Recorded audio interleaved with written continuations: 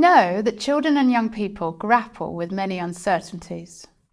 There are some obvious examples. Like all of us, they don't know what will happen as a result of climate change. They've lived through a pandemic where they've had to decide how best to keep themselves and others safe. And of course, they're aware of global conflicts. They also deal with many uncertainties every day. They might be working through peer relationships in the playground, feeling the effects of a parent working out how to pay bills, or deciding how to present themselves on social media. Because uncertainties are a part of our lives, we research how educational organisations can support students to stick with difficulty where there is no one answer, and yet we have to decide what to do. We work with early years settings, schools, colleges, universities, and other educational organisations. Most are designed to give students certainty. This includes clear roles, rules, structures, and a curriculum mapped out. Teachers share what they know, and the students demonstrate what they've learned. The promise is that by getting qualifications and by learning how to fit in, you will succeed in the world.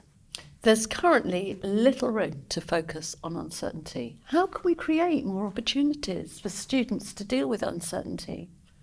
How might we enable communities to work together on challenges where they can focus on the nuance of complex issues without being too simplistic? So in our research, we explore ways of focusing on uncertainty as part of the everyday teaching with teachers and students.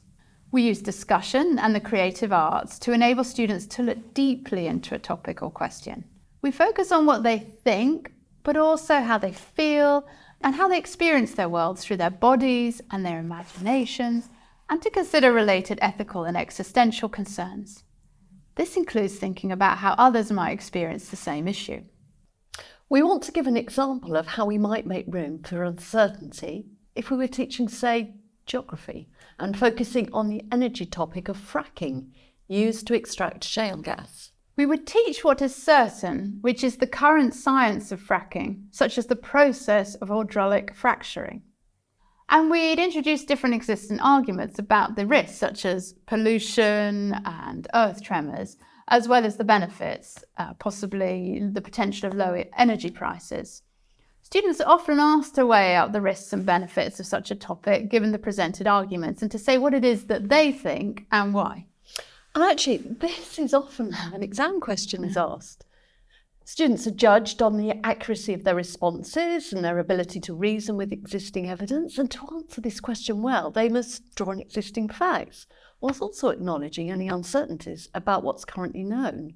And that's important, but it can too easily reduce complexity to lists to compare and feels distance from students' own lives. So we open up opportunities for students to stick longer with the difficulties of a topic such as fracking, with a teacher who can help students put in the effort, working through the discomforts and keeping a group focused on working together even when they disagree. Firstly, we'd ask students to focus deeply on how they and others experience the topic. Creative approaches can help students to consider their feelings, their behaviours, ethical concerns, and sometimes even spiritual questions. Secondly, having explored the complexity of the topic in their own and others' lives, students can be asked to take a position, having taken account first of the existing scientific knowledge and the range of experiences of the group. They can then decide how they might act alone or with others. Going back to the topic of fracking, students would explore how different members of a community might experience local fracking. This could include someone living in fuel poverty, a farmer, an energy company, and even local animal and plant species.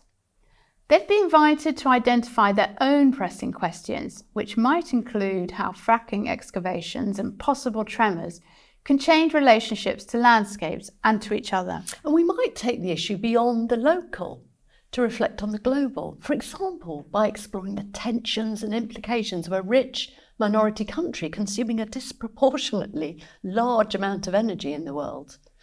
Can the students imagine themselves using less energy, and are there any possible benefits actually of doing so?